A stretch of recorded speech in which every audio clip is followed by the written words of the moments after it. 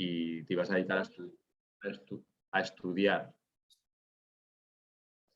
No sé si recuerdas aquel día en un gimnasio, creo que fue en el Club de Tenis Urgel, jugando un buita a $15.000 o algo así. No me acuerdo mucho, pero sí, uno de todos de esos que hacíamos tanto. Sí, bueno, pues a ver, yo creo que Eva ha trabajado como psicóloga en academias como de alto rendimiento en España, en Equality, en Sánchez Vicario, ya trabaja en Boston y bueno, pues era una oportunidad para nosotros magnífica para que ella nos orientara con algunas dudas que tenemos a veces los entrenadores. Todo es correcto, Eva, ¿no? Estás ahora en Boston en un proyecto, ¿no? Sí, desde hace 2 años me mudé aquí al norte y trabajo no es Boston ciudad, es área estado de Massachusetts, pero sí, muy cerca. Y tengo aquí ahora mi proyecto personal con una academia pequeñita con la que trabajo y colaboro, MAC Tennis Academy, con Francisco Montoya. Y luego también tengo mi propia área de negocio personal que desarrollo pues, con clubes, deportistas, entrenadores. Trabajo también con un par de universidades de aquí. Llevo ya 6 años con 2 equipos universitarios de División 1 de chicos y de chicas. Y bueno, considerándome una privilegiada de poder hacer el trabajo que tanto me gusta. Muy bien. A ver, Eva, lo primero que yo te quería plantear hay un mito siempre que se dice que el tenis, las mujeres son más emocionales que los hombres, que el tenis femenino es más emocional que el tenis masculino. Me gustaría que lo rompieras, o por lo menos me hablaras de ese mito, porque yo creo que de partida se podría, no sé, me parece un poco arriesgado decir que las mujeres son más emocionales que los hombres. Otra cosa es que a los hombres y las mujeres determinadas emociones pues las vivamos de manera distinta, ¿no? Pero sí que de partida sí me gustaría que me dijeras un poco, ¿no? Eso que se dice, ¿no? Que es ese cliché, ese estereotipo de, no, las mujeres son más emocionales, el tenis femenino es más emocional, hay más cambios en los partidos. No sé, háblame un poquito de qué opinas tú de eso, a bote A pronto. ver, mi opinión personal y en base también a mi experiencia con jugadores tanto jóvenes como formación y profesionales, es sobre todo que sí, que normalmente las jugadoras pueden ser un poco más emocionales que los jugadores, pero no siempre. No siempre, o sea, me he encontrado muchas veces con jugadores de todos los niveles y de todas las edades con una carga emocional también muy, muy importante. Y es muy interesante, a la hora de trabajar con ellos. Cuando yo me acerco a pista, cuando trabajo con ellos a nivel de 1-a-1, ves las diferencias individuales que muchas veces existen, pero para mí muchas veces viene debido a... No tanto, está claro que hay diferencias estructurales en el cerebro y hay miles de investigaciones hechas que hay diferencias estructurales entre el cerebro masculino y femenino, pero mi experiencia, sobre todo a mí y mi conocimiento de psicología me dice sobre todo mucho que va muy enfocado también a cómo hemos educado, cómo hemos dejado expresar, cómo hemos permitido expresar, cómo las diferencias generacionales han ido dando más o menos permisos, dando más o menos oportunidades de expresar a las emociones que desde los niños pequeñitos al final todos son muy parecidos, pero poco a poco, a medida que los niños van creciendo, se van dando más oportunidades, más permisos a la hora de permitir expresarlo. Entonces, para mí eso va muy directamente relacionado a que quizás luego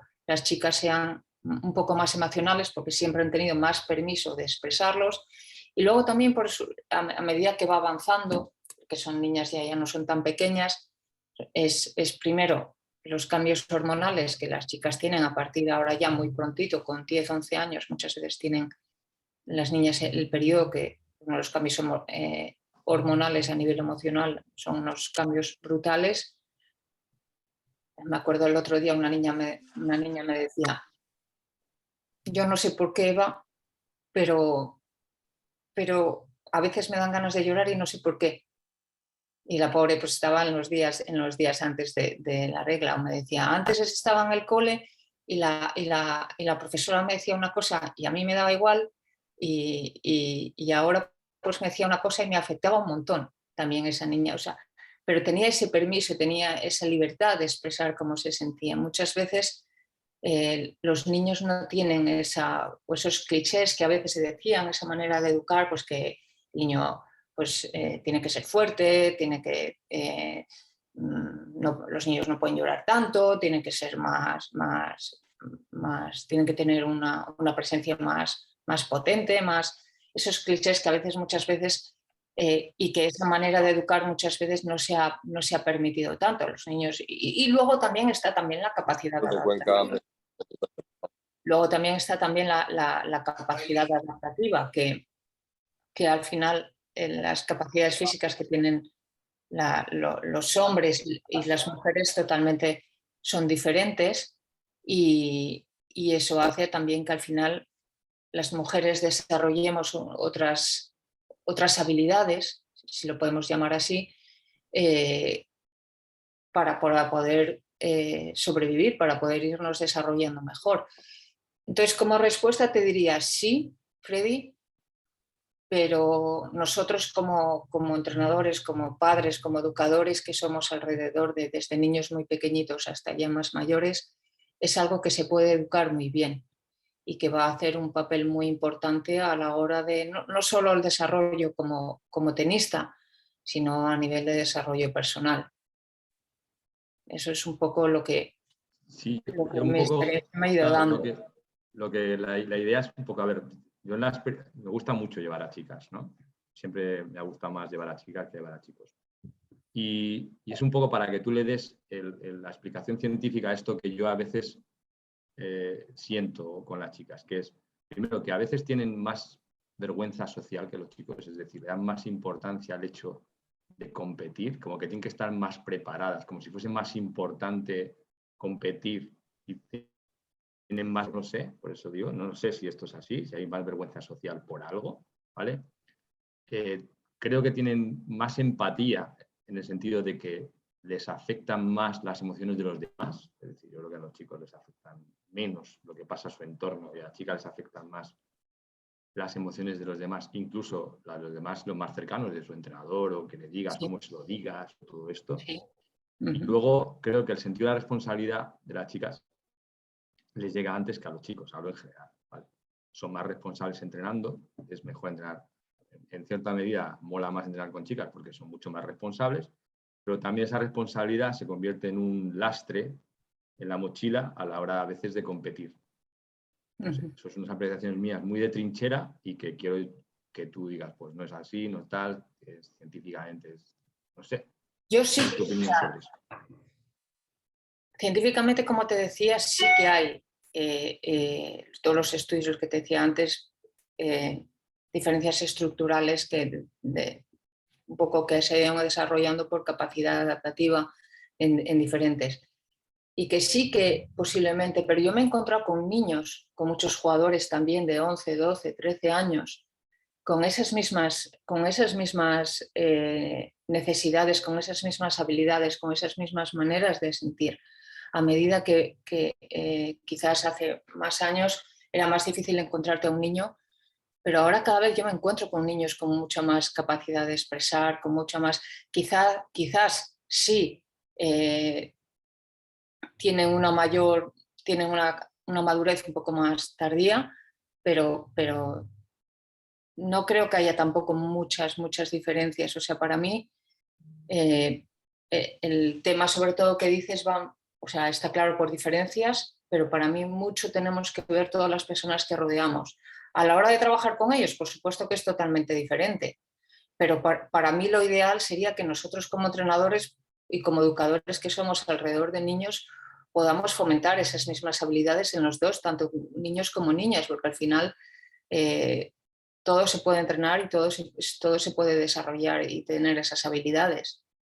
Que al final dices, bueno, es más difícil llevar una chica, pues al final es más difícil. También no todo el mundo, yo creo, no cualquier entrenador puede llevar a una chica, pero al final, luego al final todo eso se convierte en fortalezas a lo largo del tiempo, que si bien llevado, bien manejado, se convierte en fortalezas. Entonces, para mí eso es algo a desarrollar y algo a no anular, algo a fomentar, algo que es más difícil. Sí, nos tenemos que adaptar, nos tenemos que formar bien a la hora de, como tú muy bien decías, Freddy, a cómo comunicar, cómo no comunicar, en qué momentos, pero con niños y con niñas. O sea, no creo que haya que hacer una gran diferencia. Sí que hay diferencias. Nos encontramos, nos viene un niño y una niña de 12, 13 años y está claro, normalmente sí que hay diferencias, pero nosotros como personas que trabajamos alrededor de ellos podemos al final fomentar en los dos grupos de personas, tanto un niño como una niña, la misma respuesta poco a poco. O sea, dando oportunidades de aprendizaje, de oportunidades de expresar, y entonces para mí eso es muy importante. O sea, dices, bueno, tenemos que tratar diferente. No tenemos que tratar diferente, tenemos que al final promover y conseguir que eso se transforme en una fortaleza para los dos, tanto para los niños como para las niñas, porque al final es un poco lo que a medio largo plazo, cuando el nivel de exigencia mental sea todavía mucho mayor, pues te va a dar mucha capacidad de autoconocimiento, bien entrenado, bien manejado, bien educado, esas emociones, te da una capacidad de autoconocimiento mucho mayor, que al final te da una capacidad de control emocional mucho mayor. Entonces, es muy importante. Yo me he encontrado muchas veces con niños, porque a mí me gusta trabajar mucho en el reconocimiento de las emociones cuando son pequeños, mucho. Trabajo, entonces, hay un planner, una agenda con la que yo trabajo con los niños que tengo, y cada día les pregunto, niños y niñas, a los estos les digo, a los jugadores les digo, ¿cómo te sientes? ¿Cómo te sientes? O sea, ¿cuáles son tus objetivos de hoy y cómo te sientes? Y al principio, niños y niñas, sobre todo más niños, te dicen todo es bien o mal, bien o mal, bien o mal. Y a medida, las niñas al principio te pueden decir algo un poquito más, pero todo eso a lo largo del tiempo se va educando. Y dices, bueno, ¿estás bien o estás mal siempre? Dices, estás estresado por el cole, te has peleado con un amigo, estás triste porque alguien te ha dicho algo, y al final todo eso se va educando y es una evolución muy grande y muy bonita desde el principio. Por ejemplo, esos planes que los haces en septiembre y los coges en la hoja de abril, y es un cambio precioso. Es un cambio precioso que dices, cómo el niño ha podido evolucionar, ¿no? Porque lo hemos enseñado a pensar, en reconocer en cómo cada uno de ellos están, cómo cada uno de ellos se encuentran.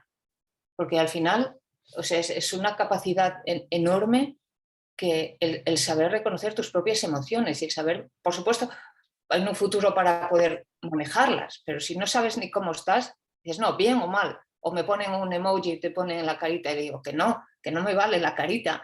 Entonces tienes que dar opciones. Cuando son más pequeños, y yo me he encontrado muchas veces cuando llevo a mis hijas al médico, que al final les ponen diferentes emojis para para que toquen en cómo se han sentido. Son cosas que poco a poco hay que ir educando.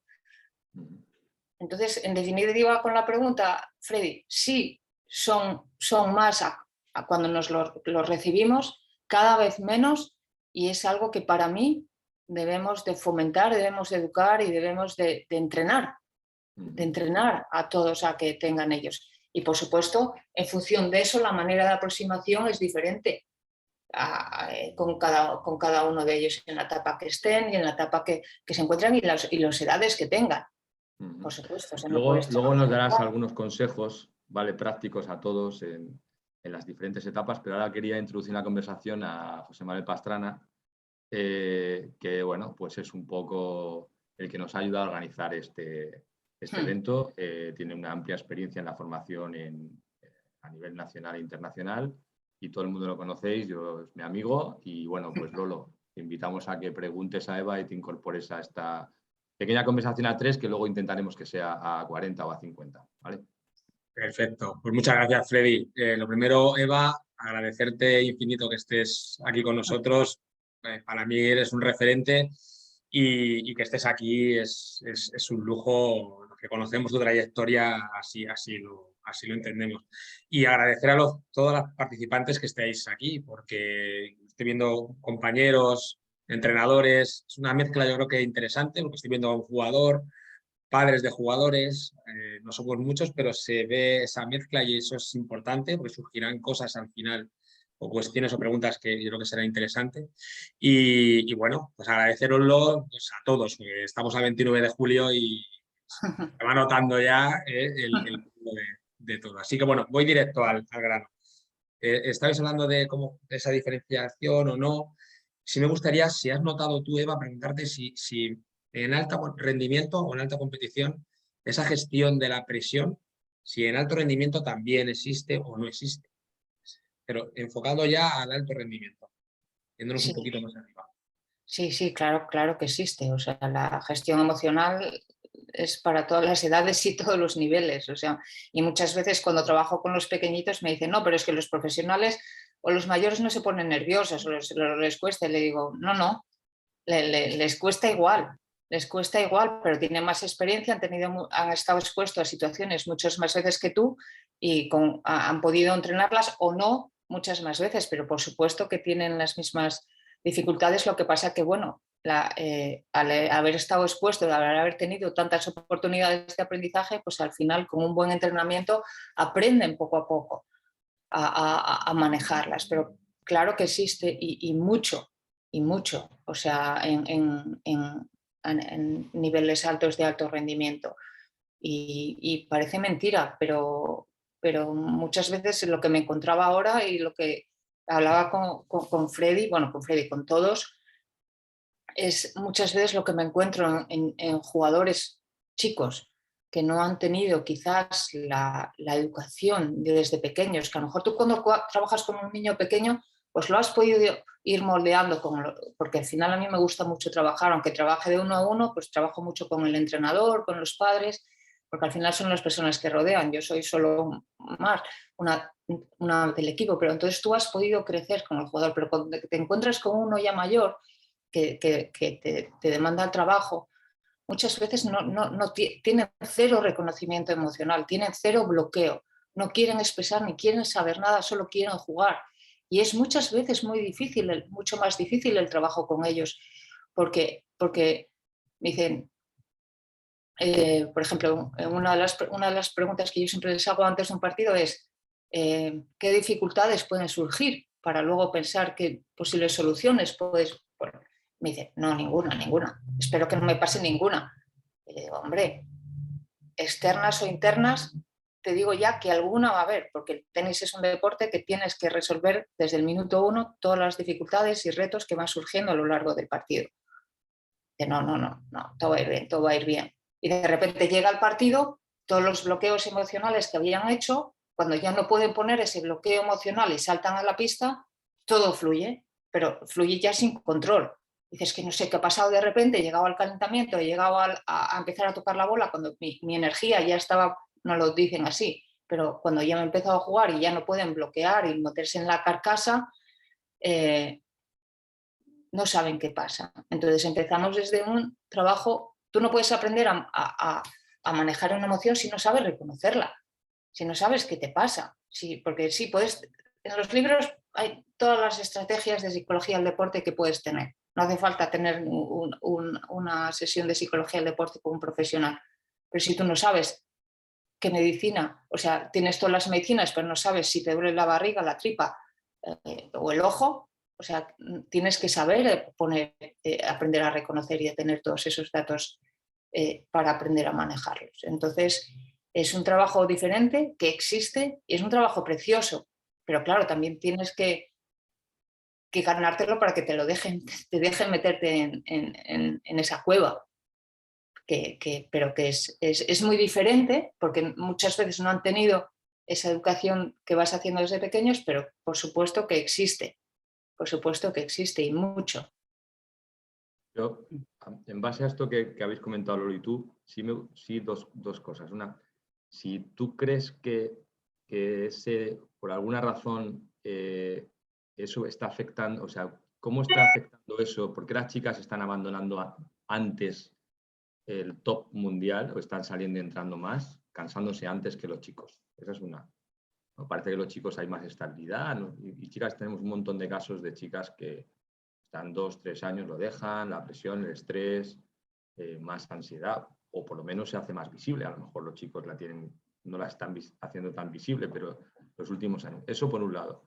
Y otro, igual que técnicamente, si en las etapas tempranas no trabajas algo, al final eso te va a ir arrastrando el resto de tu carrera, las emociones igual, ¿no? Con lo cual es importante que se trabaje emocionalmente desde el principio, no se deje solo para el alto rendimiento, ¿no? Porque No. cuando llegas al alto rendimiento, la tara, entre comillas, o el lastre o lo que no has trabajado bien, te va a ser mucho más complicado de trabajar. No, claro, es exactamente. Muchas veces dicen los entrenadores, no, es que este niño me ha llegado y tiene cero creatividad. Va a piñón, hace todo lo que le pido, pero luego cuando le pido que crea algo, y le digo, bueno, es que quizás no ha tenido esa capacidad de permiso de expresarse como él quiere, de desarrollarse como él quiere. Entonces, que solo hablamos una vez con Martín Roca, hicimos una conversación súper bonita con eso. O sea, ¿has tenido la capacidad de ser creativo o no? O te la han bloqueado porque te han metido que, bueno, que luego lo haremos. Entonces, es muy importante expresarlo y dejar expresar con unos límites. Por supuesto, esto no es circo y aquí cada uno que diga lo que quiera y como quiera, pero con unos límites, con una muy buena educación, pero es muy, muy importante permitirlo. Y que luego, que me decías a nivel de los profesionales, puede ser que haya más cambios. Yo no sé si habéis visto el documental que hay en Netflix de Mardy Fish, que es brutal. Sí. O sea, que tuvo un ataque de pánico cuando va a jugar en los partidos en los cuartos de final contra Federer en el US Open, que tiene que abandonar por tener una pulsación de 240 y pico.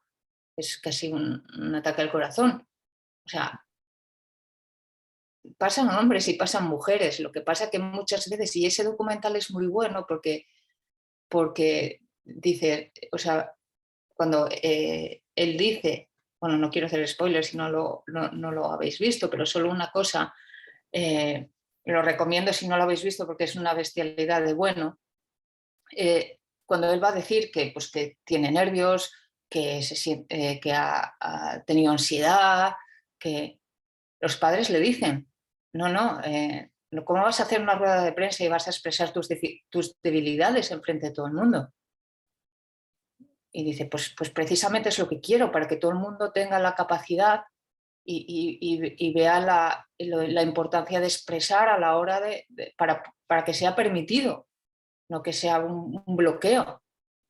Y lo hizo, los padres no querían al principio. O sea, pasan muchas veces y crean inestabilidades brutales. Mira el pobre, ¿cómo se llama este? El austríaco, el que ahora está volviendo, el austríaco que ganó, ¿cómo se llama? Dominic Thiem. Ese. O sea, lo que le está costando volver. O sea, por expectativas, que ya había cumplido sus expectativas, por manejo. No es un manejo de las emociones. O sea, al final las emociones están en todos y crean inestabilidades en todos. Unos los expresan mejor y otros los expresan peor, pero al final todo el mundo tiene que pasar por ese bueno, todo el mundo no, pero la mayoría de ellos tienen que pasar por ese check-in de decir, bueno, ¿quién soy yo? ¿Qué quiero? ¿Cómo me encuentro? Y qué puede pasar. O sea, y al final eso es, pero muchas veces esa exposición, como le decían los padres de Mardy Fish, de esas debilidades, pues quizás no es tan bueno. Justo ayer leía yo leo todos los días porque me encanta la web de Punto de Break, porque me pongo al día de todas las noticias me parece muy buena, te vienen todas las datos de todo, y hablaban de las dificultades que había tenido Emma Raducanu en las edades del colegio. O sea, al final todo el mundo tiene y las expresa, pero al final las chicas al principio tienen más permiso y los chicos, como más difícil, al principio no tenía tanto permiso y al final lo tienes que sacar por algún lado y como no lo has expresado sale en forma de ataque de pánico. El cuerpo tiene que expresar esa presión, esos nervios. Si tú no lo sacas, hay un montón de gente que tiene problemas de piel, que tiene problemas, la dermatología y nivel de emocional va directamente relacionado. Entonces muchas veces lo expresamos a través de la piel, a través de enfermedades, a través de lesiones. ¿Y cómo hay que tratarlo? Para mí como si fuera realmente el dolor que tiene. O sea, hay que dejar expresar, hay que entender, hay que comprender, hay que hacerlo. No, a ti no te pasa nada, esto es una excusa, no sé qué, no. Hay que permitir y como entrenadores es muy importante permitir, escuchar y expresar todos esos inestabilidades, esas debilidades que dices, no, debilidades en tenis, debilidades en un hombre, o sea, en una mujer sí. O sea, al final pues bueno, para mí es muy importante nuestro papel que tenemos cada día con ellos en pista. Y ahí, Eva, bueno, sí, por preguntar, mira, veo mucha entrenadora, bueno, entrenadora desgraciadamente, nos gustaría todavía que hubiera muchas más entrenadoras, no sé si esa persona la tenéis allá, ese es otro tema que tendríamos que hablar en otro, pero veo mucho entrenador, entonces sí me gustaría que nos pudieras, de una forma muy general, porque es muy complejo, evidentemente, muy extenso, pero unos mínimos o qué debería de conocer los entrenadores que trabajan con chicas que compiten, unos mínimos, unos consejos o unas herramientas que deberíamos de conocer como mínimo cualquier entrenador que está trabajando con chicas que juegan, que compiten, vaya. Me dirás unas pinceladas. El trabajo con chicas sobre todo es tener la capacidad de escuchar. Y con chicos igual, ¿vale? Con chicos igual, pero sobre todo la capacidad de escuchar, que parece fácil, pero no es tan fácil. El tiempo y la capacidad de escuchar y que la otra persona se sienta escuchada. Porque a lo mejor estás escuchando, pero estás con el móvil, estás con no sé qué, estás con... No, escucha, tómate el tiempo, hazle sentir... Pero yo esto lo englobo también para los chicos.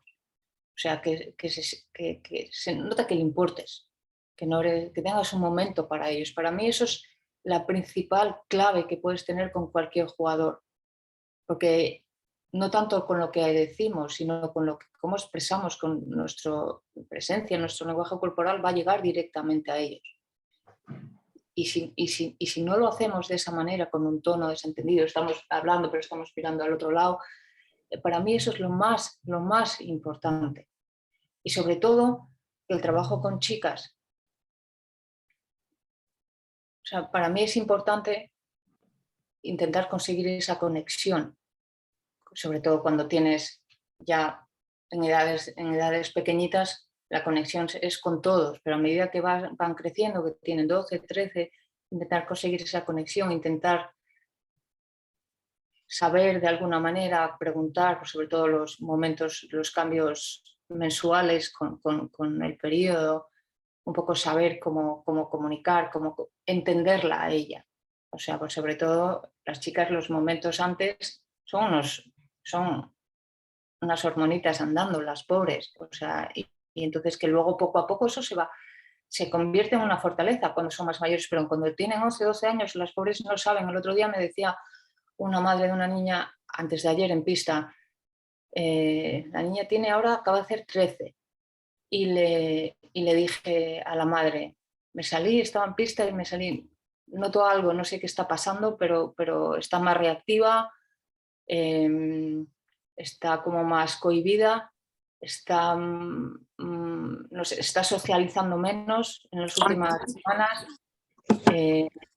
está bien en casa, está todo bien en casa, y me dice, bueno, no sabemos, en casa está igual, y bueno, a los 3 días a la niña le vino el periodo por primera vez, que la niña no sabía ni dónde estaba, ni cómo estaba, ni qué estaba pasando con su cuerpo. Entonces, es importante que esos pequeños detalles, que nosotros estemos como entrenadores muy abiertos a medida que ya tienen edades, porque ahora ya las tienen prontísimo, con 10, 11, 12 años ya muchas niñas, antes era más tarde, pero ahora es prontísimo. Entonces, sobre todo que esas edades estemos con los ojos muy abiertos para poder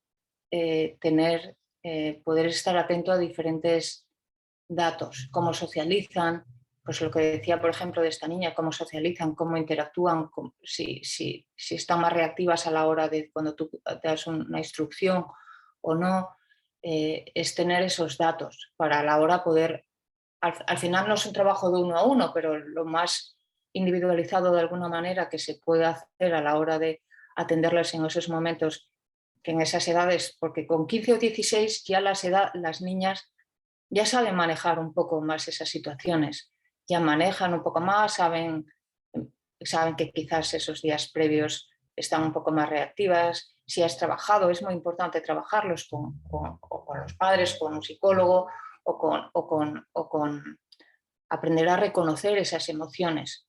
Entonces, aprender a reconocer y aprenderlas a manejar. Entonces, cuando están un poco más sensibles, la manera de comunicar con ellos, desde luego, tiene que ser más sencilla, un poco más empática quizás, y a la hora de entenderla. No vamos a ir a arroparla porque no, de nada, pero entenderla en el momento que está, tiene que ser unas instrucciones más sencillas, más claras y entender si está más reactiva. A lo mejor no es el momento o se enfada un poco más, no, o sea, hay que poner el límite, pero no es el momento de poner un límite tan fuerte. O sea, hay que comprender un poco más, sobre todo que la jugadora se sienta comprendida. Cuando ya son mayores, cuando tienen 17, 18 años, al final la comunicación tiene que ser no, o sea, igual, o sea, que puede ser con un hombre, porque ya tienen las capacidades, ya deberían de tener, si has trabajado con ellos antes, esas capacidades de reconocimiento emocional mucho mayores, y un poco entender esos cambios hormonales que muchas niñas, cuando son más mayores, fíjate, hay algunos médicos que recomiendan, pediatras, que recomiendan a veces, que a mí me parece un poco barbaridad, tomar las pastillas anticonceptivas, no por el hecho de la anticoncepción en sí, sino porque al final hay menos cambios hormonales, porque al final no es un periodo en sí. Entonces dices, bueno, o sea, yo no estoy de acuerdo en hacer eso, pero sí que muchas veces eso te permite tener una estabilidad un poco mayor a la hora de hacer. Pero por supuesto que a grandes rasgos, sobre todo, es al principio conectar, notar siempre en eso, en todas las edades, que tú eres importante, o sea, que le estás escuchando, que eres importante para ellos, y a medida que van haciendo mayores debemos, tanto chicas como en chicos, pero en chicas, hacer unas preguntas. Y hay un tema muy importante que a mí me parece muy importante a medida que se van haciendo mayores, con 14, 15, 16, en niñas y en niños también, pero en niñas sobre todo también, es involucrarlas mucho más en su proceso de aprendizaje. Es decirle, no decirle, toma, este es tu entrenamiento, toma, estos son tus objetivos, toma, estos son tus torneos, sino darles, involucrarse en el proceso para fomentar esa independencia. O sea, ya no es ya tener un papel mucho más activo en el aprendizaje, no ser pasivo y recibir, sino capacidad de desarrollar, capacidad de decir, bueno, pues te vas a un torneo sola, bueno, te vas, es involucrarla y irla dando oportunidades para desarrollarse, para adquirir responsabilidades, para fomentar esa autonomía y esa capacidad de expresarse, que no al final muchas veces por eso no, es que la niña no puede ir sola, no sé qué, no puede ir sola igualmente, pero tenemos que irle dando habilidades de que se desarrolle, oportunidades sería la palabra. Bueno, Lolo, no sé si creo que hayamos dicho mitad y mitad, más o menos hemos llegado, entonces yo creo que es la oportunidad de que todo el mundo Eso un es. poco lleve Sí, el diálogo y pregunte a Eva hacia dónde. a ver, yo creo que es bueno, tenéis un abajo, pues se puede levantar la mano, quien lo sepa hacer, podemos darle abajo para levantar la mano y ir dando paso, o vamos a intentar abrir micro y como somos poquitos entrar, como prefiráis. Lo suyo sería pues eso, levantar la mano y ir dando paso, pero bueno, si queréis, quien quiera preguntar, Eva, también hay preguntas que nos han hecho por redes sociales, que hice unas Ok, de estas preguntas-respuestas, luego te diré, también es bastante vale, interesante. fenomenal. Y bueno, y ahora con los que primero, por supuesto, los que estáis por aquí. Así que adelante, esta oportunidad y esta fusión, esta mezcla no se da habitualmente. Eva, corrígeme si me equivoco. En estos foros no se mezcla tanto padres, desgraciadamente, a jugadores, padres y entrenadores. Yo soy No, muy no, por fan. eso a mí me encanta esto, o sea, Pues, es una muy buena oportunidad para todos. pues es el momento. Así que si alguien se anima, aquí tenéis a Eva. Adelante, mira, Pablo, jugador. Ahí lo tienes, Eh, para romper el hielo. eh, bueno, ¿se me escucha? Sí, Perfecto. sí, sí, ¿qué Vale, tal, Pablo? muy bien. Que yo te quiero preguntar, porque yo estoy muy interesado en la psicología en la mitad de un partido donde has perdido el primer set, tienes que ganar el segundo, ahí en ese momento, ¿cómo tienes que gestionar? Porque ese momento es bastante complicado, por así decirlo. ¿Qué tiene? Porque si no te enfocas bien psicológicamente, se te va. ¿Cómo tienes que pensar? ¿Qué tienes que hacer? Si has perdido el primero y tienes que ganar el segundo, Sí, vale, es una situación complicada. Es una situación complicada. Para mí, una de las cosas más importantes a la hora de plantear un partido va muy enfocada a cómo nuestro pensamiento está enfocado. O sea, porque cuando planteamos un partido, Pablo, podemos enfocarnos en que quiero ganar o no quiero, tengo que ganar o no puedo perder, o qué plan de juego tengo que hacer, qué estrategias mentales tengo que hacer. Entonces, imagínate que has perdido el primer set. Has perdido el primer set. En el tenis, entre el 70 y el 80% del tiempo es tiempo que no jugamos. Entonces, lo ideal para manejar esas emociones y para controlar esos pensamientos lo ideal sería utilizar, por ejemplo, has perdido el primer set, tienes 2 minutos de break de cambio de lado. Entonces, para mí es muy importante el resetear, no tanto el pensar en el pasado, qué he hecho, qué no he hecho, sino introducir unos pensamientos enfocados sobre todo, muy importante, al plan de juego. ¿Qué es lo que tú quieres hacer? ¿Qué es lo que tú quieres plantear? Porque al final, si nos dejamos llevar por las emociones, he perdido ahora tengo que ganar como sea este segundo para poder mantener y tener opción del tercero, eso va a subir mucho tu nivel de estrés. Entonces, si nos enfocamos solo a que tengo que ganar o no puedo perder esto. Entonces, si solo hay el pensamiento directamente relacionado con un resultado, te digo ya que el nivel de nervios va a subir mucho.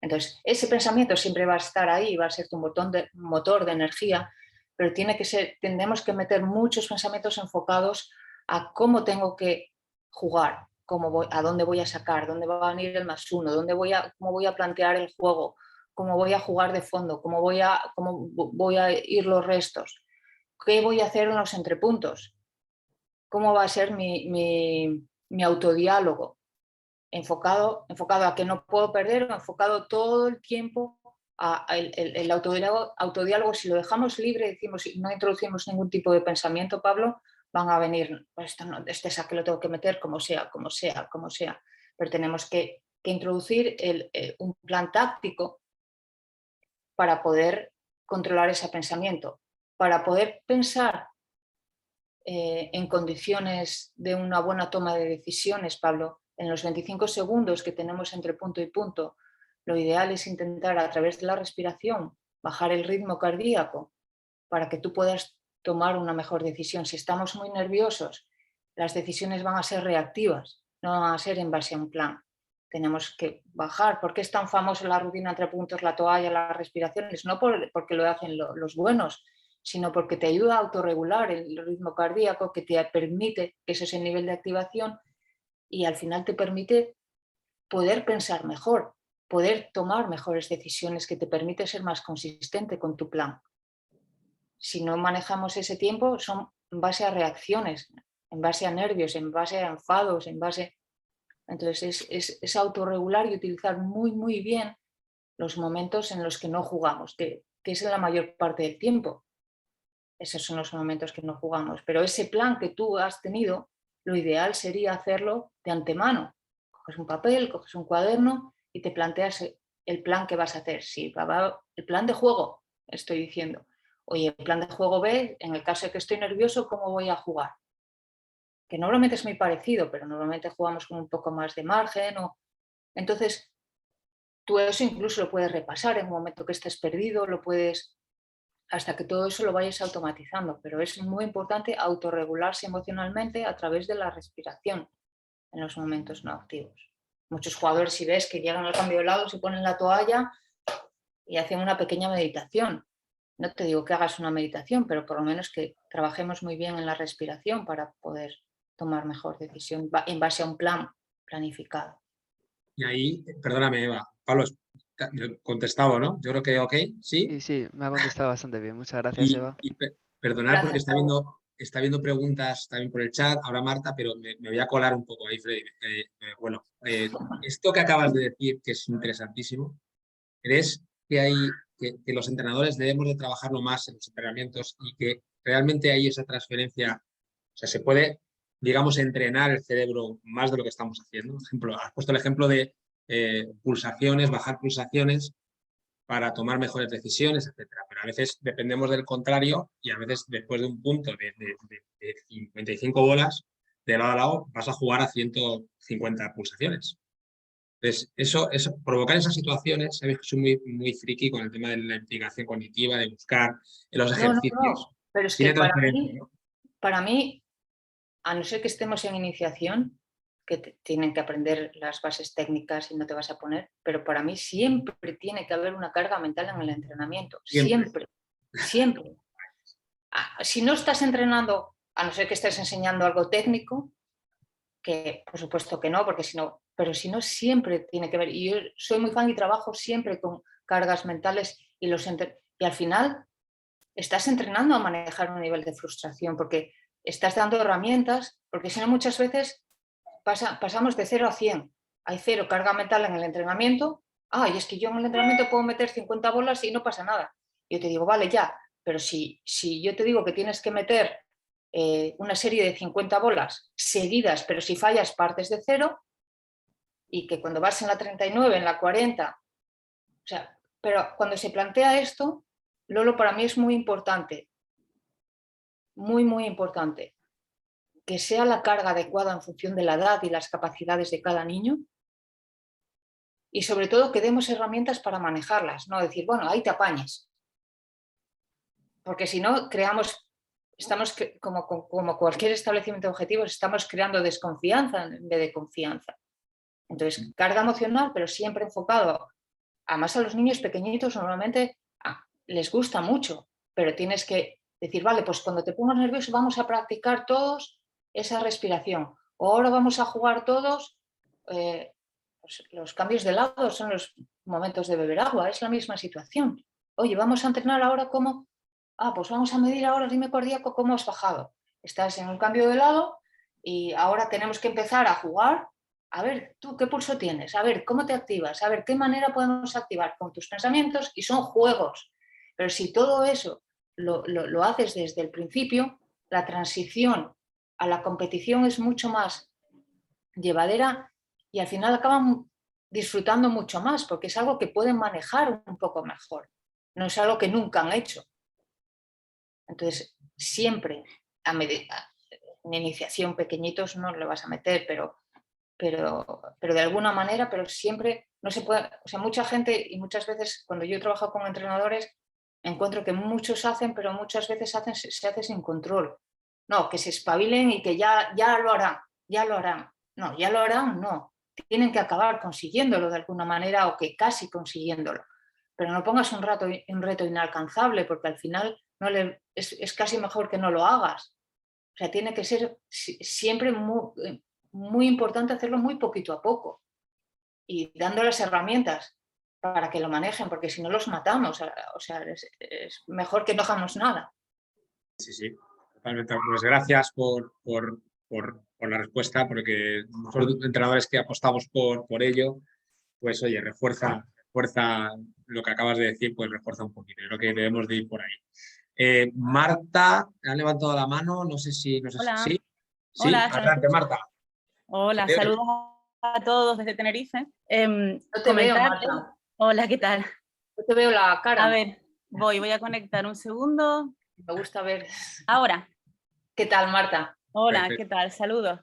Mi pregunta es un poco del lado de los monitores deportivos. Yo soy monitora nacional y a la misma vez soy madre de 2 jugadoras en edad de competición de 12 y 9 años. Mi pregunta es un poco consejos y lo que opinas sobre cómo llevar esta situación, porque muchas veces como monitores trabajamos con los padres, incluso podría decir que no solo educamos a los niños, sino también a los padres respecto a cómo llevar la competición, cómo actuar, cómo apoyarles, etcétera, etcétera. Pero en el caso de un monitor o monitora, que es mi caso, con niños que están compitiendo, es muy complicado, yo lo he encontrado muy complicado. Yo intentaba siempre separar una cosa de la otra, o sea, mami es mami y cuando estamos en pista soy Marta, soy la entrenadora, igual que a todos, pero es complicado, es complicado. Entonces, llegado a un punto que lo he hablado con otros compañeros, incluso, bueno, gente que lleva muchos años en esto también, y yo he llegado un poco a una conclusión de que es casi que imposible, o sea, que llegado a una edad casi mejor que dejarlos ir con otra persona, como que ellos no, o sea, uno puede separar las dos cosas, pero creo que para el niño es muy complicado separar a la madre o al padre del monitor. No sé si me explico. Entonces, bueno, un poquito de consejo de cómo llevar esto, y si se ha dado algún caso en el que hayas participado. Sí, hay muchos casos, gracias Marta por la pregunta, hay muchos casos y es una profesión de riesgo en la que estás, por llamarla de alguna manera, y muy difícil. Mi recomendación al final es en función también de cada niño, de cada niña, pero una de las principales recomendaciones que yo hago con los padres entrenadores que hago sobre todo es, vale, puedes trabajar en pista eres su padre, pero cuando entras en el recinto de casa no se habla de tenis, no se ve tenis, o puedes ver tenis, pero no vas a ver, oye, ¿has visto cómo defiende cuando está aquí? ¿O has visto esta derecha? ¿O has visto cómo respira? ¿O has visto...? No, o sea, ni hablar de cosas, o sea, es separar muy bien, que es muy difícil, imposible no es, que es de riesgo, sí, para mí es muy importante sobre todo mantener esas diferencias para no interferir en ninguno de los dos roles.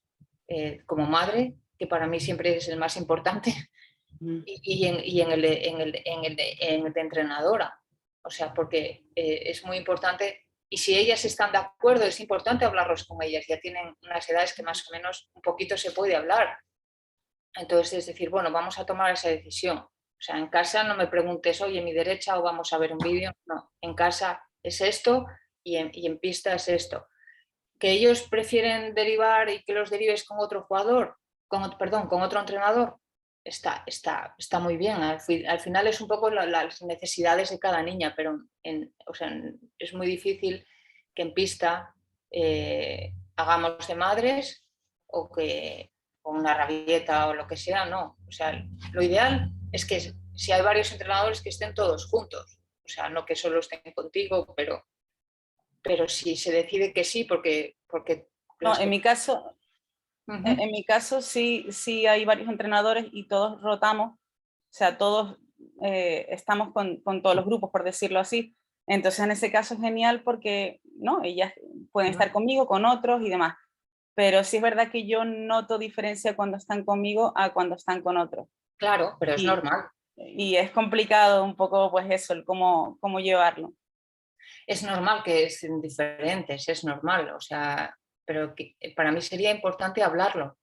O sea, oye, ¿cómo te sientes? Preguntarles cómo te sientes cuando estás aquí, cuando estás allí, creo que voy a hacer esto, creo que necesitas, o sea, un poco preguntarle decirle lo que tú necesitas y lo que ellas necesitan de ti y que los límites que vamos a preparar. Creo que es muy importante hablar las cosas y plantear los límites, plantearlos tú y acordarlos con ellas, pero que sean iguales con su madre que con el entrenador. Es imposible, tú eres su madre, aunque seas el entrenador, o sea, magia no hay, pero que sí se puede llevar y que es de riesgo, también es de riesgo, pero no creo que no tenemos que dejarlo, ¿no? Porque a lo mejor es parte de su equipo y porque vas a tener que dejarlo. Vale, muchas gracias. De nada, Marta. ¿Y os parece, Freddy? Vamos alternando un poquito porque hay gente que está escribiendo por el chat y gente que ha levantado la mano como John. Vamos con el chat. Nos pregunta Deme sobre pues, el famoso el coaching, el core y todo el tema este para ser aprobado otra vez, que seguramente se va a implementar. ¿Qué opinas del coaching, básicamente? ¿El coaching on court? Sí. A mí no me gusta. No me gusta nada. Me gusta que el jugador pueda pensar por sí mismo y pueda tomar las decisiones por sí mismo. Que pueda hacer el juego un poco más atractivo para los medios o para el público, pues igual sí, pero o que a mí personalmente, una cosa es una Davis o una Copa Federación, que es diferente, es un equipo, es diferente, o una Labour Cup o cosas así, pero en un torneo individual tenemos que dejar desarrollarse los jugadores y arriesgarse, y es parte de lo bonito del tenis. No tenemos que controlar todo y tener todo bajo control, o sea, y que el jugador siempre tenga la respuesta para todo, que para mí no tiene que ser así, pero muchas veces los medios, el vender pues a veces van por encima de otras cosas, pero para mí quita la magia que tiene el tenis y lo bonito que tiene, que es esa incertidumbre, esos nervios, esa capacidad de tomar una decisión, me equivoco, no me equivoco, pues eso es el tenis, eso es el tenis. Bueno, para mí, personalmente, es una opinión muy personal. Sí, no, esto daría para hacer un monográfico entero sobre esto y demás, porque seguro que hay mucha gente que yo estoy a favor totalmente, ¿sabes? Lo digo así, totalmente. Pero bueno, daría para mucho, pero bueno. Claro. Vamos a darle, yo creo que John, levantaste la mano tú también, ¿sí? Venga, ahí desde Navarra. Dale. Hola, John. Hola, Eva. ¿Qué tal? Yo, es una cosa, has comentado antes el tema de la tolerancia a la frustración, y sí que, bueno, llevo ya muchos años en pista y me gustaría preguntarte a ver si has notado tú también cambio en lo que es la actitud o en cómo se comportan los padres con la superprotección o con la sobreprotección hacia los niños, precisamente para que eviten esas frustraciones, esos disgustos, para que no llore, etc. y tal.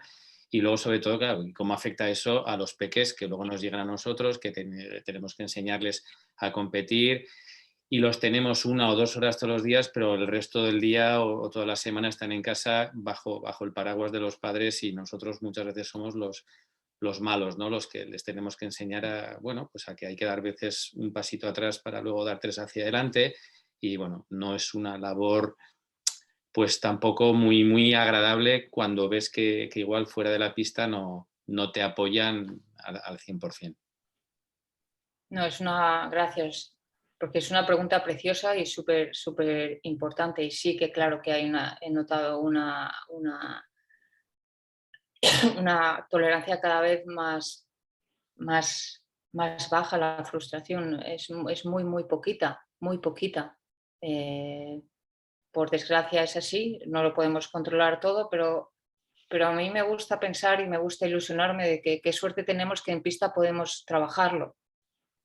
Entonces es lo que hablamos antes con Lolo, o sea aprender a trabajar la tolerancia a la frustración desde niveles muy pequeñitos hasta... Y está claro, John, que a lo mejor luego llegan a casa y van a ser de otra manera, pero saben que en pista son así las cosas. Y si los tenemos desde chiquititos y podemos ir educando de forma progresiva cada uno, esa capacidad, tenemos una fortaleza brutal a través del deporte, que podamos fomentar eso. Y es una de las cosas que más, que lo ideal sería hacer trabajo con padres y fomentarlo. Pero muchas veces tampoco yo me pongo en el lugar, yo tengo 3 hijas, muchas veces el ritmo de vida que llevas a veces es difícil, porque no tienes tiempo, no tienes energía y dices, va, toma, toma, te tengo que hacer la cama, y ahí te lo hago yo.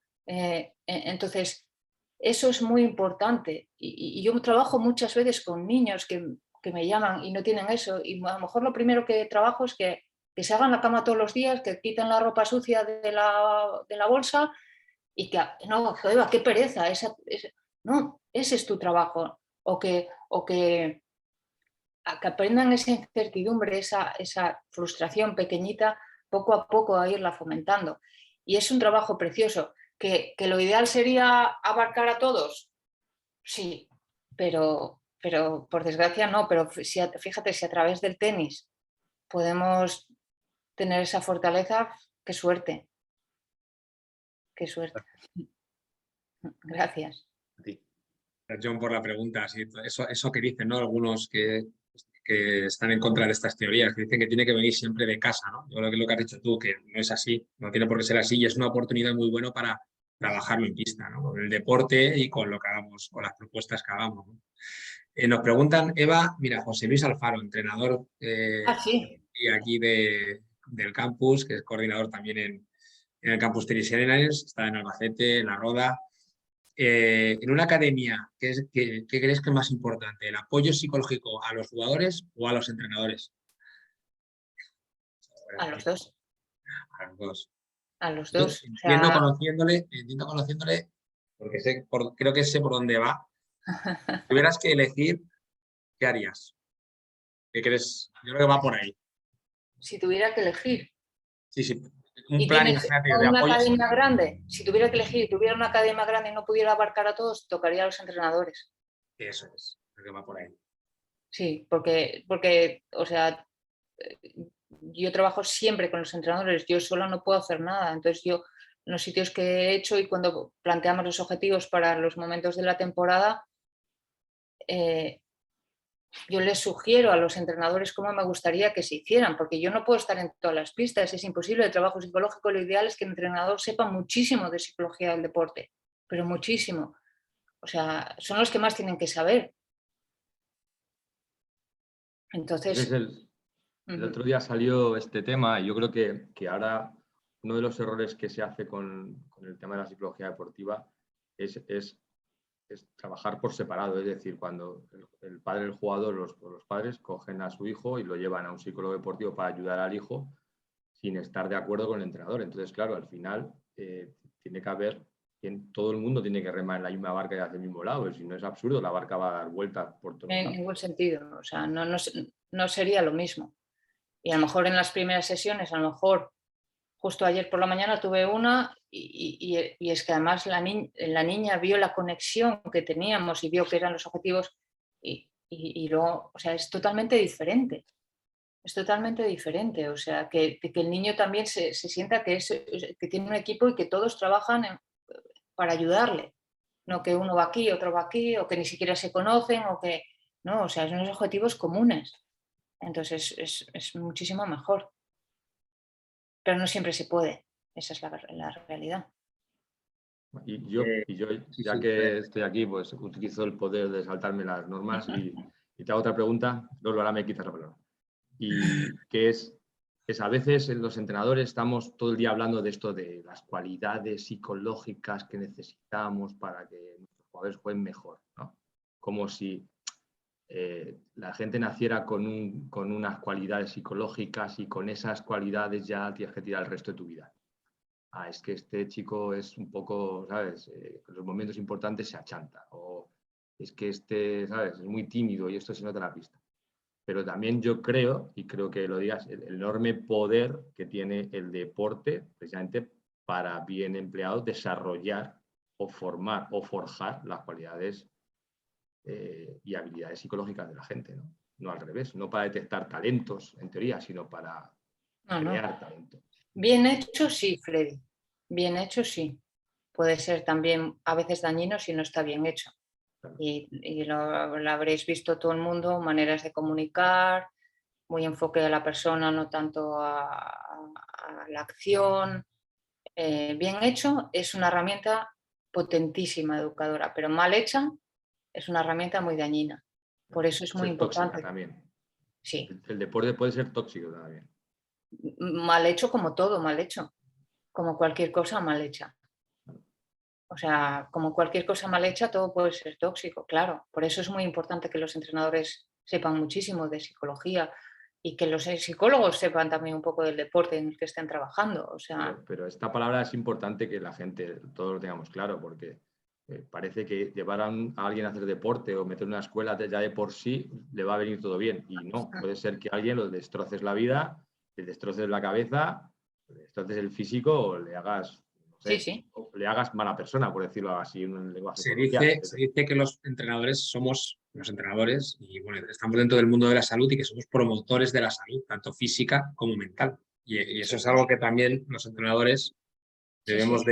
de tener claro, ¿no? Que lo que tú dices, el daño que podemos hacer mucho bien, pero también podemos liarla muchísimo. Pero mucho, somos Claro, claro. educadores.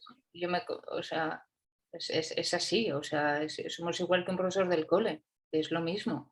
Eso es, pasan muchísimo tiempo con nosotros, muchísimo tiempo y en situaciones Más delicadas. que con los padres muchas veces es como, entonces es muy importante tener una muy buena formación, muy importante.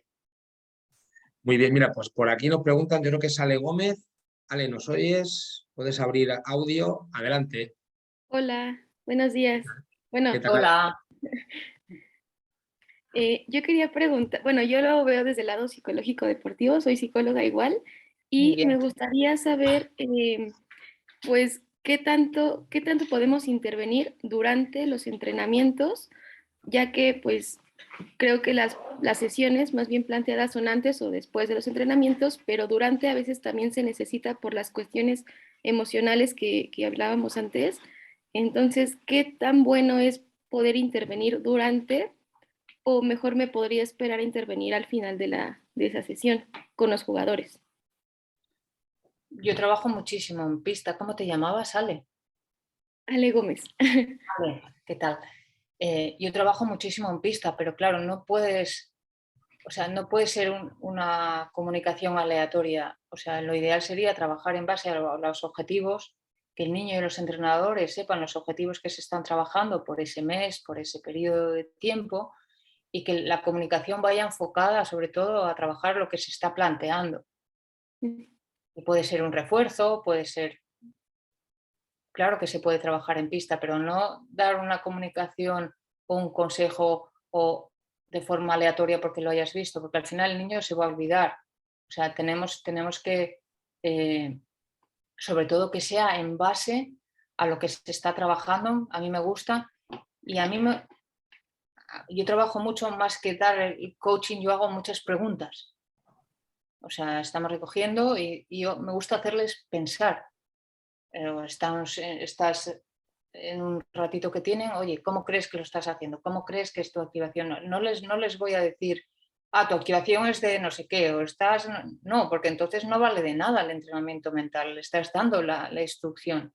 Entonces, para mí es, primero, en base a un objetivo, por supuesto, con el permiso del entrenador, el que manda al entrenador en la pista siempre es el entrenador, por mucho que nosotros estemos, siempre es el que manda al entrenador. Y para hacer eso, primero te tienes que ganar el entrenador, o sea, porque si no, y tiene que confiar en ti, porque si no, decir, mucha gente se puede sentir invadida, si no, o sea, es muy importante desde el punto de vista psicológico hacerlo muy bien y con mucho cuidado. Y sobre todo que sea la instrucción. A mí me gusta más que me digan ellos que desarrollar esa capacidad, más que decir, oye, tu lenguaje corporal es horrible. Me dices, ¿cómo crees que es tu lenguaje corporal después de este punto? A lo mejor a lo mejor no lo haces, pero a lo mejor le has grabado siempre con un permiso anterior y dices, mira, tenemos los móviles encima, oye, mira, ¿qué te parece? wow, yo no pensaba que era tanto. Entonces, es en base, no dárselo hecho, sí, pero es en base siempre a un plan y de forma muy dinámica, no en plan de profesor, concreto, rápido y que puedan seguir jugando porque van a seguir pegando y que no distraigan nunca la dinámica del entrenamiento, que el entrenador tenga que esperar nunca. Ok, ok. Muchas gracias, Eva. De nada, Ale. Gracias, Ale. ¿Alguien por aquí más de los que estamos aquí os apetece preguntar? Por si no, por dar paso a las preguntas que se han hecho por redes sociales y demás, que haya alguna pregunta interesante, ciertamente.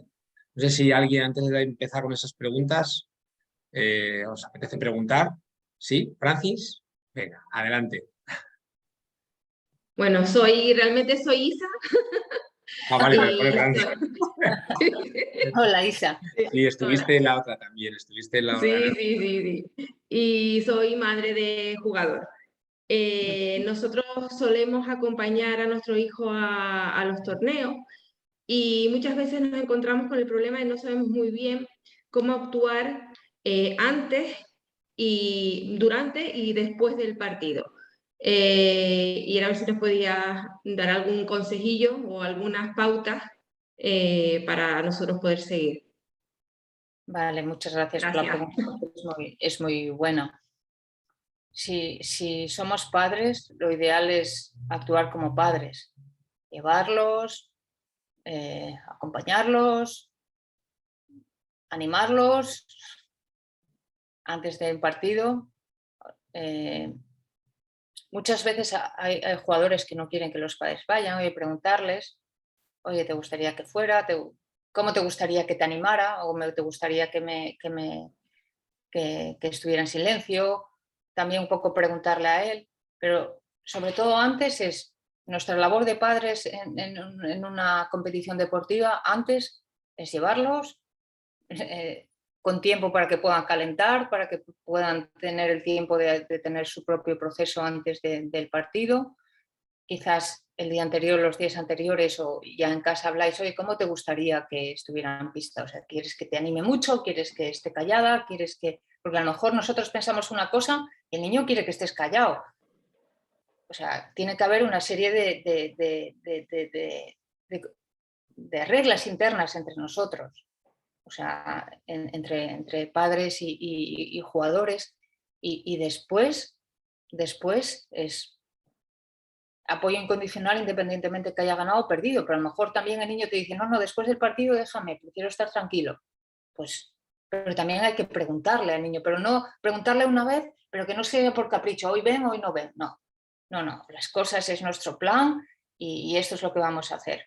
Pero siempre, por supuesto, como padres, evitar hablar de, oye, esa derecha que metiste ahí, qué buena, o ese momento es ese, ¿no? O sea, oye, me encanta, me ha gustado, me ha encantado verte, cómo has luchado, cosas que ellos dependan de ellos. O sea, me han contado cómo has luchado, como aquella vez esa bola que fue dudosa, cómo la defendiste, pero no nada a nivel de que cosas que no dependan de ellos. O sea, sobre todo es apoyo incondicional, hablar con ellos como les gustaría. Y somos a veces un poco choferes, pero es a veces lo que hay que hacer. Pero siempre bajo un plan, no bajo pues hoy me animas, hoy no me animas, no. O sea, esto es un poco, esto no, porque si no ya es en base es un poco lo que él necesita. Oye, estoy muy nervioso, tal, Eso, como diría Eva, nuestra buena amiga Iciar Eraña, ¿no? Es el momento águila, ¿no? Cuando está jugando y falla en una bola, el momento águila, que algunos entrenadores también pasan. Cuidado, que esos papás, en ese momento águila, o sea, ¿cómo podemos influir ahí, no? Pero una barbaridad y muchas veces no nos damos cuenta y es muy curioso, pero es que es la influencia tan grande que podemos tener, tanto entrenadores como padres, con cómo estemos, como hagamos el típico que se oye en la pista una barbaridad. Es muy importante porque al final es lo que decíamos antes, tenemos que englobar en una academia a todos los entrenadores. Lo ideal sería englobar un poco a todos y que todos ese autoconocimiento también de nuestras propias emociones como padres y como entrenadores sea la parte principal, porque muchas veces como entrenadores, yo por ejemplo intento reconocer cómo estoy, o sea, hay veces que digo, hoy no puedo, hoy no me expongo a situaciones que por supuesto intento, porque en ese momento a lo mejor no puedo, no estoy preparada, no considero que pueda rendir lo mejor posible. Ese reconocimiento emocional que hablamos con los niños, es muy importante hacerlo como nosotros, como educadores, como padres. ¿Cómo estoy? ¿Cómo estoy súper estresada? Me voy a calmar un poquito, me voy a otro cuarto. Eso sería lo ideal, que muchas veces no podemos. O también como entrenadores. No he dormido nada, estuve trabajando hasta las tantas. Bueno, voy a controlar hoy a ver cómo comunico más sencillo, porque a lo mejor me salen... Porque al final todos tenemos emociones. O sea, dices, bueno, los niños y las niñas. Más importantes los nuestros, que somos los que somos además no solo lo que comunicamos, sino somos modelos para ellos y a partir de una edad muy importante. No, pero es que Eva cuando se enfada y esté haciendo algo también le dices, pues mucho cuidado, o sea, tenemos una responsabilidad enorme a la hora de trabajar con jugadores en formación, niños. Tanta razón, Eva. A ver, Ismael que levantó mano. ¿Qué tal, Isma? Hola, buenas. ¿Qué tal? Hola, Ismael. Hola a todos. Bueno, yo soy padre también de un chico que juega al tenis y lo que quería comentarte es pues cómo actuar con ellos cuando se autopresionan en exceso, cuando están pensando más lo que están pensando los de fuera que en su partido. Cuando están jugando y están pensando, es que yo estaba entrenando 5 horas, me han estado viendo y ahora estoy haciendo una mierda de partido como un piano. Entonces, a ver qué podemos hacer con ellos. Porque muchas veces la presión interior es muy grande. Sí, sí, sí. Y salen y parece que les han dado una paliza y les han metido 6-0, 6-0, pero no una paliza física, sino una paliza mental. Salen frustrados, salen... Entonces, claro, muchas veces esos nervios, es un poco como lo hablaba con antes, esos nervios muchas veces van influenciados también con las expectativas y con los planes a los que enfrentamos a un partido. Y sobre todo en edades de entre 11 y 15 años, la presión social entre los niños es muy fuerte, porque son esas edades de desarrollo emocional que es muy fuerte e importa mucho. Cuando hasta los 11 o 12 años importa mucho, la conexión es más fuerte con los padres, pero a medida que poco a poco lo que piense ese niño que está enfrente o lo que he estado entrenando o lo que pienso que piensen los otros, la presión de los iguales, que se dice, de los compañeros o de otros, es muy, muy fuerte. Entonces, primero tenemos que partir de que existe y no podemos decir, no te pongas nervioso. O sea, el niño está más tenso y no podemos... ¿Cómo podemos reducirlo hasta un nivel que el niño pueda competir? Sobre todo es muy importante apoyar en cosas que dependan de ellos, cuando al final un resultado, el ganar o perder, no depende de ellos al 100%, y es tener un plan. A mí me gusta llamarles partidos positivos o partidos negativos. Es decir, vale, ¿qué significa un partido positivo? Un partido positivo es el plan de juego que había intentado hacer, no que me haya salido porque es un resultado igual, sino que he intentado por lo menos un set, a ver lo máximo que he intentado estar concentrada en seguir ese plan. He intentado animarme 3 o 4 veces. Tener un plan alternativo en tu cabeza que distraiga de alguna manera ese nivel de tensión y esos pensamientos tan fuertes. Pero es muy importante también el ambiente que le rodea, en cómo está, qué él piensa que nosotros estamos esperando de él. Porque muchas veces me dicen, no, es que muchas veces lo mismo, me dicen, no, es que mi papá o mi mamá, es que, claro, quieren que gane y yo quiero... Y muchas veces no es los padres, muchas veces es que ellos quieren enseñar a los padres, porque son los papás, todos los niños quieren enseñar y decir, mira qué dibujo más bonito he hecho, mira qué no sé qué, porque somos los padres y nos quieren agradar, pero es muy importante hacerles entender a ellos y hablar, porque es muy importante hablar, qué es lo que tú esperas de ellos. O sea, qué es lo que, porque somos, a esas edades somos de 11, 12, los padres somos los más importantes, es muy importante decir, bueno, yo estoy súper orgulloso de ti, ya solo que hayas venido y juegas un partido y que ahora vamos a ver, me encantaría ver cómo luchas, cómo te animas, cómo consigues hacer el plan de juego que con tu entrenador habías planteado. Muy sencillo. Entonces, cosas que ellos puedan controlar y que al final dices, tenemos el partido positivo, muy bien. O sea, algo que, y decir, tenemos que evitar que no le influye lo que piense el otro. Le va a influir, le va a influir. O sea, no podemos sacarlos fuera tienen que estar expuestos. O sea, muchas veces dicen, no, es que no quiero que haya frustraciones y nervios. El tenis, hay frustraciones, hay nervios y hay momentos que poco a poco aprendemos a manejar, pero si lo que queremos buscar es solo un resultado o que tenemos que dar planes alternativas y progresivamente las personas que les rodeamos herramientas a cómo manejarlo, pero entendiendo que no, es que yo lo que nunca quiero es estar nervioso, no existe. O sea, el tenis es un deporte que unas veces más y unas veces menos, pero al final siempre va a haber un momento de tensión. Bueno, vamos a ir casi cerrando, bueno, unas preguntas más, porque comentábamos que sobre las 3 terminaríamos por respetar horarios, así que bueno, vamos con las últimas preguntas. Mira, ha levantado mano Javier Bolívar ahí, vamos, que tenéis a Martín, adelante. A ver. Buenas tardes. Hola, Eva. Hombre, ¿qué tal? ¿Cuánto tiempo?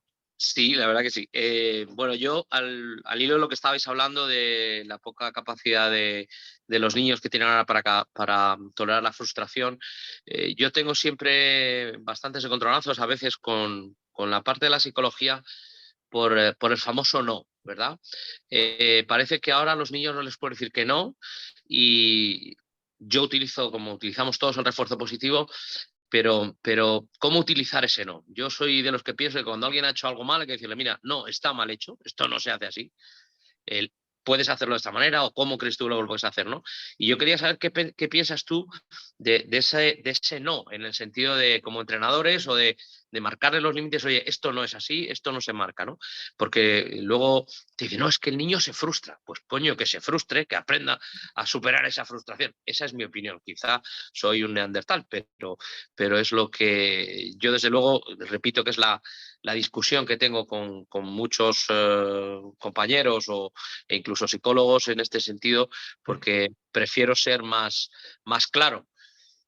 Por supuesto, sin hundir al niño, sino al contrario, que tenga claro cuáles son las cosas. No, esto es no, por esto, se lo explicas y luego, no, esto es que tiene que ser refuerzo positivo. Coño, si lo ha hecho mal, no. Esa era mi pregunta, un poco larga, perdón. Y gracias a todos por tan magnífica charla. En el Chamartín fue el primer sitio donde yo trabajé, hace ya muchos años, con Antonio Martínez y Alberto Martínez. Digo, efectivamente, sí. O sea que me hace mucha ilusión. A ver, para mí es lo que hablábamos antes con Lolo. No es el no, es el cómo lo digamos. El no, por supuesto que sí. Es el tono, pero por supuesto que sí, y siempre enfocado a algo concreto. ¿Por qué no? Decir no, claro que sí. Los límites los niños los tienen que saber y además les va a dar seguridad saber los límites, saber por dónde se tienen que mover y no dar seguridad y confianza al jugador, a cualquier niño. Entonces, pues, claro que tenemos que decir que no muchas veces. O sea, claro que tenemos que decir, pero muy enfocado a lo que, o sea, no hagas esto, no, oye, no hagas esto, no hagas, o sea, tiene que ir enfocado directamente a lo que concreto, vaya, no decir uno amplio, sino siempre el niño sepa lo que estás buscando con él o sepa que hay unas reglas, que no puede dar un golpe a la raqueta cuando, qué sé, es un no, o sea, es lo que tú consideres. Para mí tiene que haber siempre un previo, o sea, una comunicación de que del plan que tú quieres o de las reglas que hay en la pista o y en función de eso es tu pista, es tu club y tú lo manejas y si el niño lo sabe de antemano es un no. No vas a decir un no, es muy importante el tono, es muy importante que le mires, es muy importante que entienda, que no se siente agredido con el tono de voz, sino es, oye, mira, no, eso no lo puedes hacer, porque al final, si el tono de voz o las miradas o la carga, hay mucha carga emocional, el niño va a llegar a que le duele a él. No, o sea, es tranquilamente, es decir, cuando decimos un no, ponemos un límite, mira, lo siento, esto no, aquí no es. Te sientas 5 minutos, te vas fuera de la pista, no. Pero siempre en base a lo que el niño, por supuesto, los límites hay que ponerlos, siempre, siempre. Sí, más que nada es que muchas veces ese límite, sobre todo con todas estas teorías del refuerzo positivo, no, todo en positivo, vamos a ver, evidentemente hay que... Pues que le estás ayudando. Claro, pero yo creo que al decirle un no, además a mí me parece que es como un reality bite, un golpe de realidad que dice, tío, va, me ha dicho el entrenador que no, joder, y luego le explicas por qué no. Esto es no, porque estamos buscando esto y tal. Así que vamos a intentar hacerlo de esta manera. ¿O cómo lo harías tú? Vale. Por ejemplo, exacto, pero para una, perdona que te interrumpa, para una corrección, por ejemplo, hay una técnica que es de comunicación que es muy buena y no es refuerzo positivo, se llama sándwich positivo. Sí, sí, la técnica de sándwich que usamos todos. Sí, sí, o sea, eso estaba súper bien. La próxima vez pasa más la mano, venga, va, la siguiente.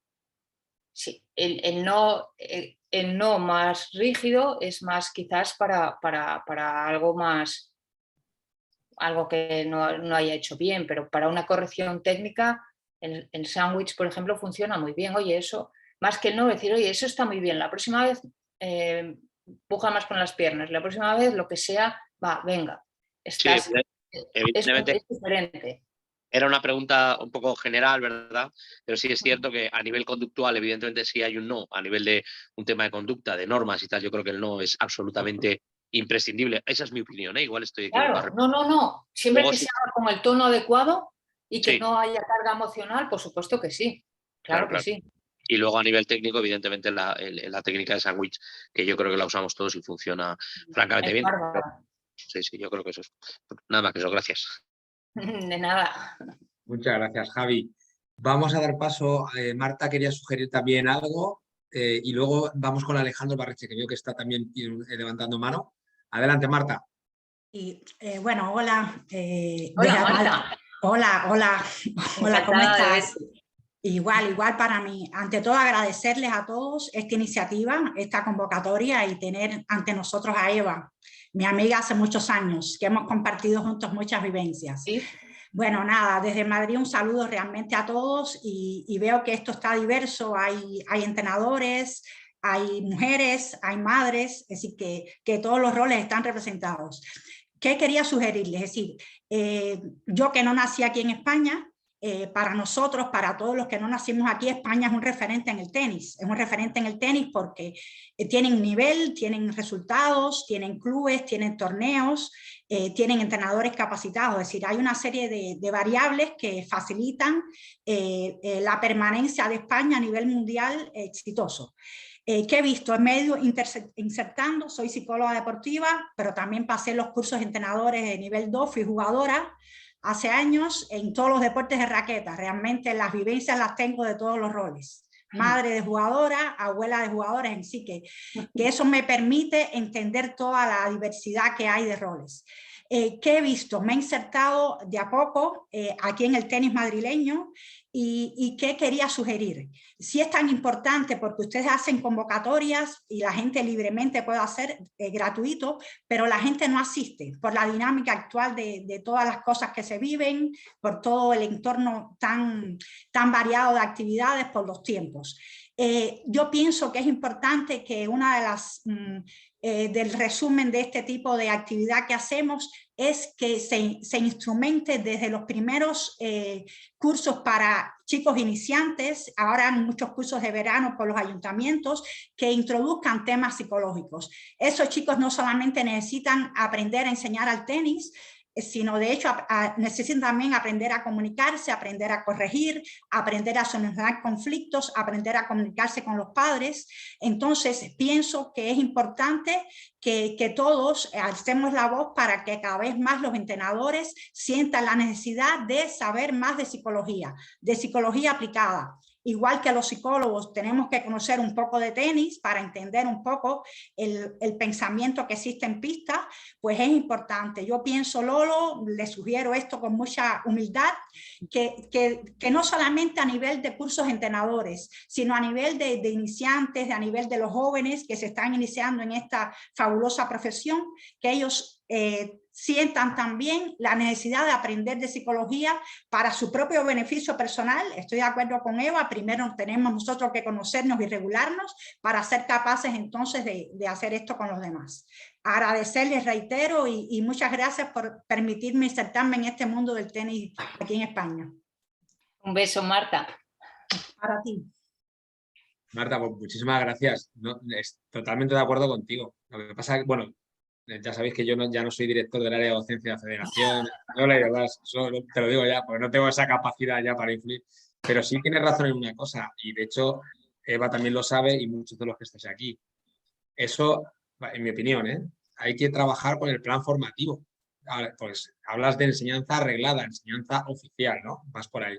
Entonces, ahora mismo en el plan formativo, por ejemplo, en un nivel 1, en un monitor nacional, no está en el plan formativo meter psicología. Hacerlo. Nosotros lo estábamos haciendo con ICIAR, pero no era realmente donde deberíamos de ir más allá y trabajar sobre un nuevo plan formativo en la docencia de este país. Pero bueno, eso ahí lo dejo, porque ya ahora mismo no tengo esa influencia. Alejandro Barreche, adelante, jugador, excelente jugador de tenis y padre de jugadora. Alejandro, no sé si me oyes. ¿Estás por ahí, Alejandro? Había levantado mano, pero no sé si nos estaba escuchando ahora. Ale, ¿sí? Sí, perdona, es que tenía problemas. Vamos, ahí estás. Disculpa, no puedo conectar la cámara, no me va, no sé. No me puedo ir. Hola, Alejandro. Hola, Eva. Dice que es buena gente, dice que es buena gente, Eva. Bueno, Lolo se nota que mi amigo me ha dicho un montón de mentiras, pero bueno.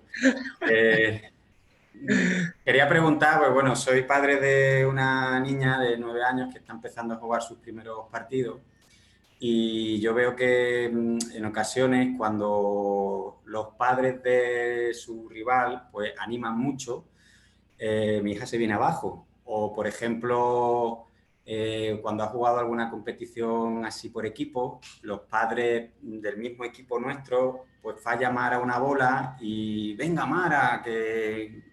Entonces yo noto que a ella le afecta mucho. Yo, claro, como he sido jugador y quizás tenía ahí un punto competitivo, pues a mí el que apoyaran a mi rival como que me servía de revulsivo.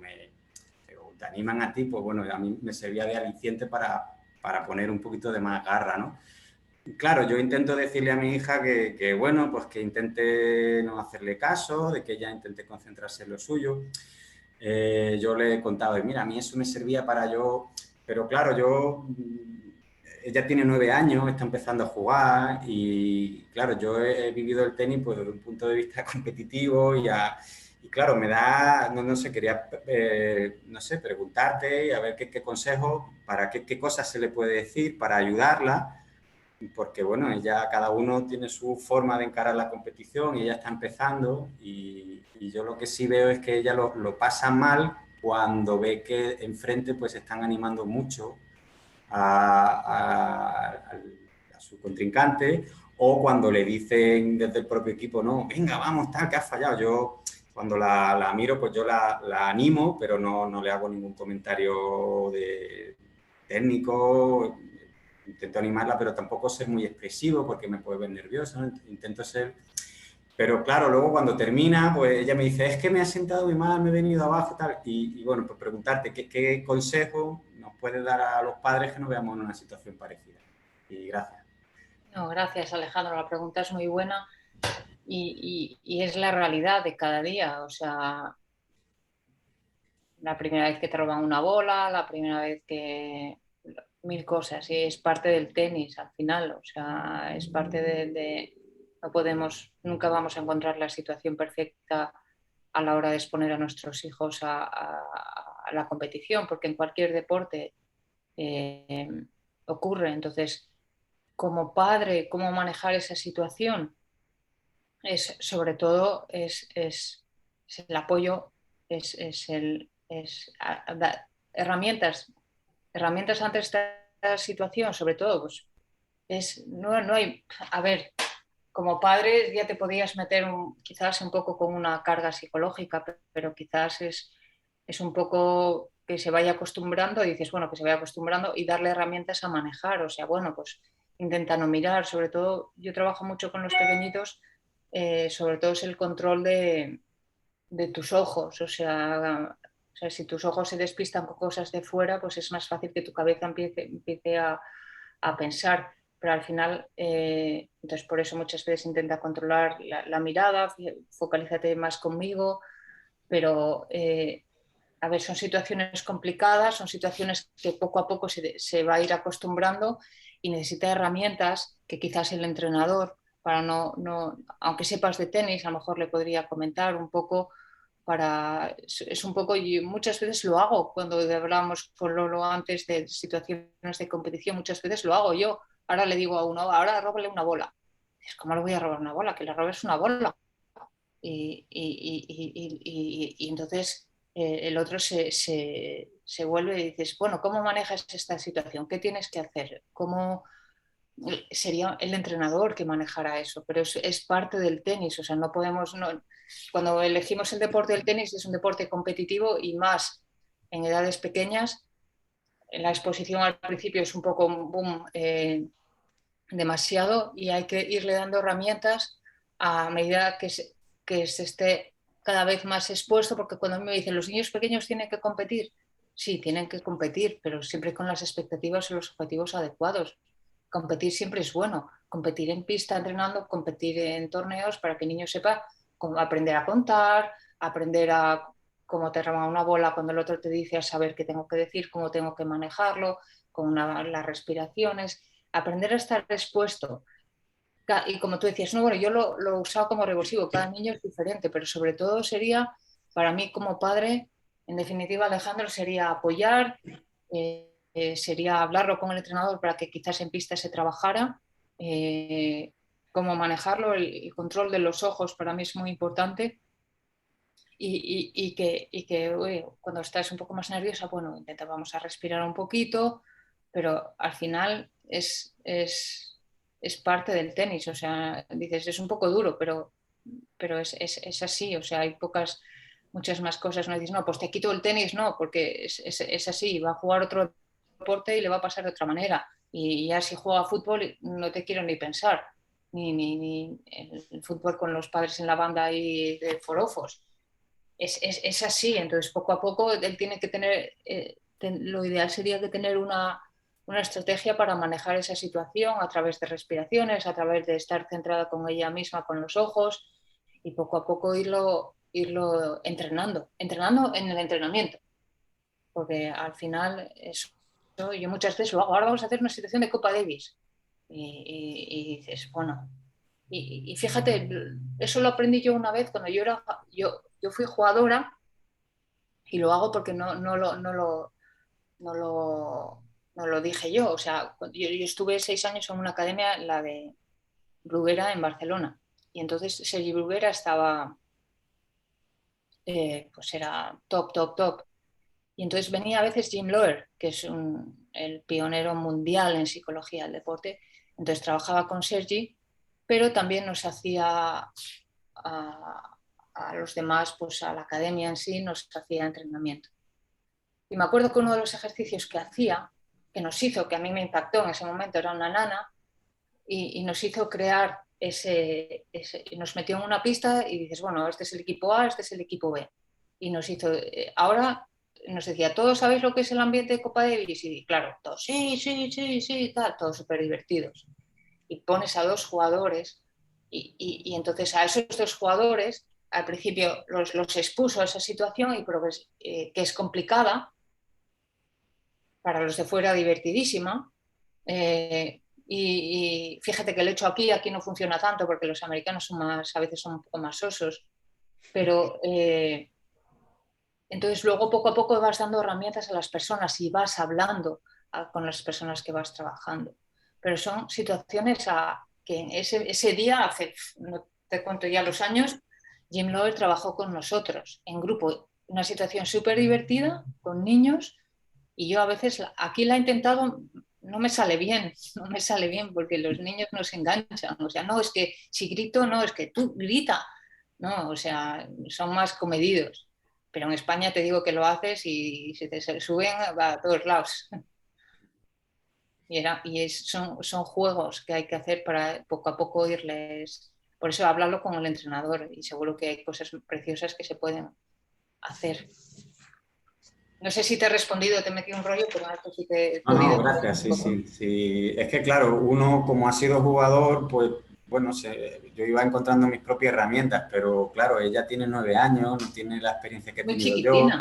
Y claro, y decirle yo, no, pues esto te tiene que servir para que te entre más coraje para ganarle.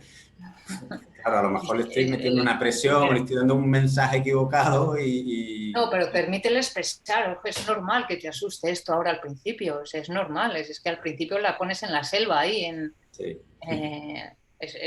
Pues bueno, pues es que por suerte, por desgracia, hay situaciones en tenis que son así. Pero para eso es parte de la educación también, que al final te fortalece, como bien hecha, como hablábamos antes, bien hecha fortalece, mal hecha no. Bueno, pues Freddy, estaríamos aquí 5 horas más, porque es Sí, súper pero bueno, interesante, tenemos que comer, básicamente los españoles tenemos que comer, tenemos que trabajar esta tarde y bueno, luego, ya le hemos quitado hora y media, le hemos robado hora y media de su tiempo a Eva. No, yo encantada. Y bueno, pues os agradezco muchísimo a todos que hayáis entrado en esta iniciativa y esto nos anima a que de vez en cuando pues hacer más iniciativas porque a todos nos gusta la formación, nos gusta tratar estos temas y aprendemos todos. Así que nada, muchísimas gracias a todos y especialmente a ti, Eva, y a Lolo, por supuesto. ¿Vale? Vosotros. Rafa, nos quedamos, Rafa, sin la pregunta. Mándamela, por favor, por privado y ya está. Es que Rafa es amigo mío. Sí, pues es que... la mando por privado. Hola, Eva, ¿qué tal? ¿Qué tal, Rafa? ¿Cuánto tiempo? Ya. Nos vamos, es que no hay tiempo para más. Normal, sí. Lo di tarde, no pasa nada, Ya hablamos. Pues gracias a todos. Rafa. Tenemos que cerrar. Gracias, un beso. Chao. Adiós, compañeros. Adiós. Adiós. Dios, gracias.